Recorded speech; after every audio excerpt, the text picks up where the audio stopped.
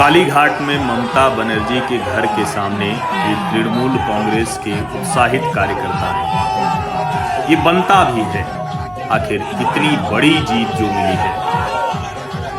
किसी कोरोना, किसी वायरस, किसी प्रोटोकॉल का इन्हें ध्यान नहीं है, लेकिन जब इस तरह की राजनीतिक जीत मिलती है तो शायद सारे प्रोटोकॉल धरे के धरे रह जाते हैं और इसलिए इस पर हम बात भी नहीं कर पाएंगे। ममता बनर्जी ने ये ज़रूर कहा कि मास्क पहने लोगों का ध्यान जरूर इस पर गया होगा, इसीलिए देखिए एक अकेला या एक दो लोग मास्क पहन रहे हैं, लेकिन नारा लगाते वक्त मास्क उतार दे रहे हैं। शुभेंदु अधिकारी 1,09,673, ममता बनर्जी 1,00,000। लेकिन ममता बनर्जी की खुशी और तृणमूल कांग्रेस कार्यकर्ताओं की खुशी ज्यादा देर तक टिकी नहीं रह सकी। पूरे बंगाल में प्रचंड जीत हासिल करने के बावजूद जिस नंदीग्राम में ममता व्हील चेयर पर गांव-गांव घूम रही थी, वहीं पर उनके लेफ्टिनेंट रहे शुभेंदु अधिकारी ने उन्हें हरा दिया। और यही बताता है कि बंगाल की जीत आखिर किस तरह से हुई होगी। एक विधानसभा क्षेत्र में लड़ने के लिए तैयार शुभेंदु थे तो जीत ममता की नहीं हो पाई, लेकिन पूरे राज्य में ममता जीत गई हैं, इसे झुठलाया नहीं जा सकता। लेकिन तृणमूल कांग्रेस के कार्यकर्ता तो जैसे उन्माद में आ गए। इसके बाद क्या क्या किया उन्होंने, इसकी कल्पना भी नहीं की जा सकती। और कहा जा रहा है कि अगले कुछ समय पश्चिम बंगाल में भारतीय जनता पार्टी से जुड़े लोगों के लिए बहुत भारी पड़ने वाले हैं। कितने भारी पड़ेंगे इसका अनुमान दिल्ली से या बंगाल के बाहर से नहीं लगाया जा सकता। इसका अनुमान सिर्फ इससे लगाइए कि ये खेला होबे की धुन पर नाच रहे तृणमूल के कार्यकर्ता हैं कि प्रधानमंत्री नरेंद्र मोदी का शव इस तरह से प्रतीक के तौर पर ले जा रहे हैं। उनकी हर दिन की ये कामना है। इस देश में नरेंद्र मोदी के मरने की कामना पहली बार नहीं हुई है। और इससे पहले जब चुनाव चल रहे थे तभी ये बोलपुर से प्रत्याशी हैं अनिर्बान गांगुली, उनके ऊपर जानलेवा हमला हुआ। यानी नतीजे आने के पहले जब मतदान हो रहा था तब प्रत्याशियों के लिए भी अपनी जान बचाना बंगाल में मुश्किल हो रहा था। लोग पूछ रहे थे इतने अर्धसैनिक बल क्यों? अर्धसैनिक बल नहीं होते तो क्या भारतीय जनता पार्टी का कोई प्रत्याशी, कोई बूथ एजेंट बूथ पर खड़ा रह पाता क्या? लेकिन फिर भी देखिए अर्धसैनिक बलों के बावजूद किस तरह से प्रत्याशी की कार तोड़ दी गई। ये दुस्साहस है बंगाल में तृणमूल कांग्रेस के लोगों का। लेकिन दुस्साहस और ज़्यादा बड़ा है। ये अभिजीत सरकार बताए जा रहे हैं कि इनकी भी हत्या कर दी गई, राजनीतिक हत्या हो गई इनकी। दिलीप घोष के साथ तस्वीरों में दिख रहे हैं। और ऐसे ढेर सारे लगातार, कोई ऐसा इलाका नहीं है जहां से हिंसा, मारकाट, आगजनी इस तरह की खबरें नहीं आ रही हैं। लेकिन दुर्भाग्य देखिए कि हम तो चर्चा कर रहे हैं कि दीदी ने सेकुलरिज्म बचा लिया है। बंगाल में ममता बनर्जी की जीत हो गई तो भारत बच गया, भारत का सेकुलर फैब्रिक बच गया। वो सेकुलर फैब्रिक वाला बंगाल जिसमें 150 से ज़्यादा भारतीय जनता पार्टी के कार्यकर्ताओं की जान राजनीतिक हिंसा में जा चुकी है। ऐसा नहीं है कि उसका शिकार तृणमूल के लोग नहीं होते या दूसरी पार्टियों के लोग नहीं होते। ये वामपंथी हिंसा की वो संस्कृति है जो 1977 से आज तक हारी नहीं है, लगातार और मजबूत होती जा रही है। भले वामपंथी पार्टियां इस बार शून्य रह गईं, कांग्रेस भी शून्य रह गई, लेकिन कांग्रेस की तो चर्चा भी बेमानी है।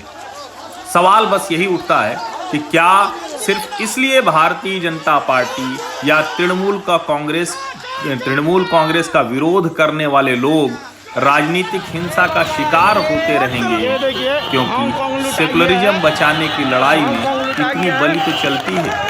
ये देखिए, ये कोलकाता की सड़कों पर दिन दहाड़े लूटपाट हो रहे। देखिए हर किसी के हाथ में लूट का सामान है, एक हाथ में लूट का सामान और साथ में तृणमूल कांग्रेस का झंडा।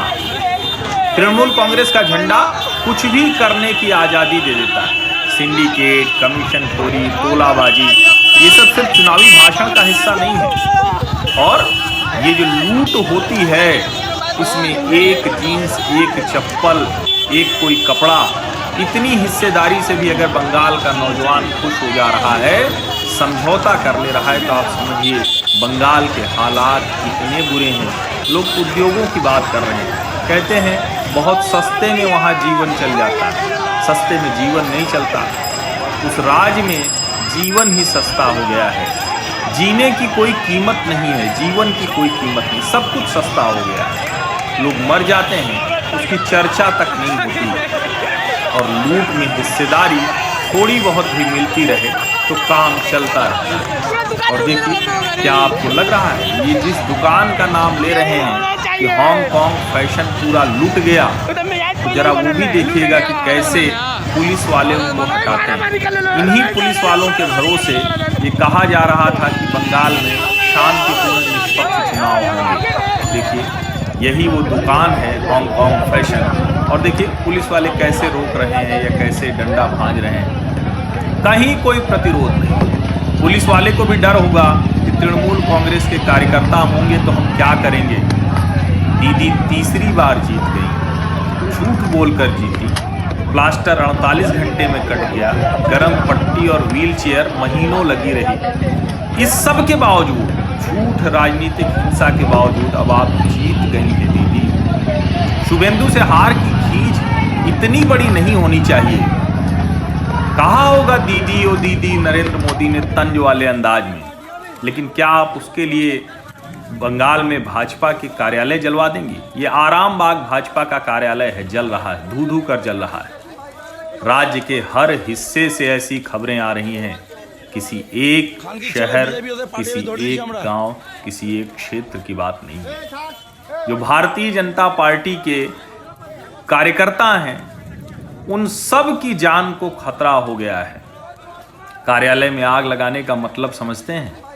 सब कुछ हो जाए, कार्यालय की तरफ बुरी से बुरी स्थिति में भी हमला नहीं होता, लेकिन बंगाल में ये बहुत सामान्य बात है। और सेकुलर फैब्रिक बना रहे, इसकी खुशी जिनके चेहरे पर दिख रही है, उनको ये आग दुखी नहीं करती, उनको ये आग खुश करती है। और किसी ने तो टिप्पणी भी कर दी सोशल मीडिया पर कि बुराई को जलाकर राख कर देना है, और वो बुराई को जलाकर राख करना मतलब भाजपा को जला देना। और ये देखिए किस तरह से ये प्रत्याशी के घर के बाहर जो मटिया बुर्ज के प्रत्याशी हैं, उन पर हमला हुआ।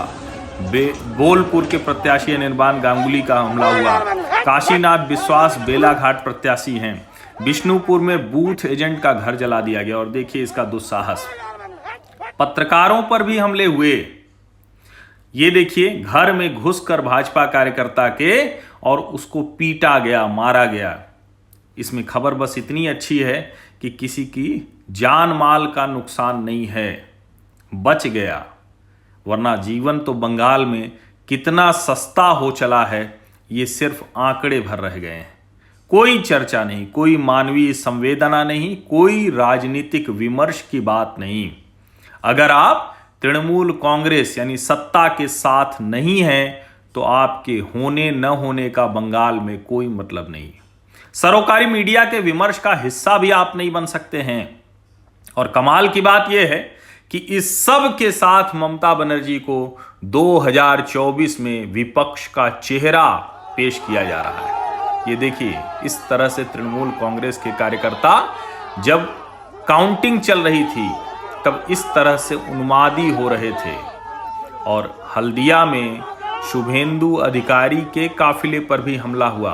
उनके काफिले का पीछा किया गया, मुश्किल से उनको भी खुद को बचाना पड़ा। कहा जा रहा है कि क्या नरेंद्र मोदी, अमित शाह, शुभेंदु अधिकारी ये अपने कार्यकर्ताओं का जीवन बचा पाएंगे?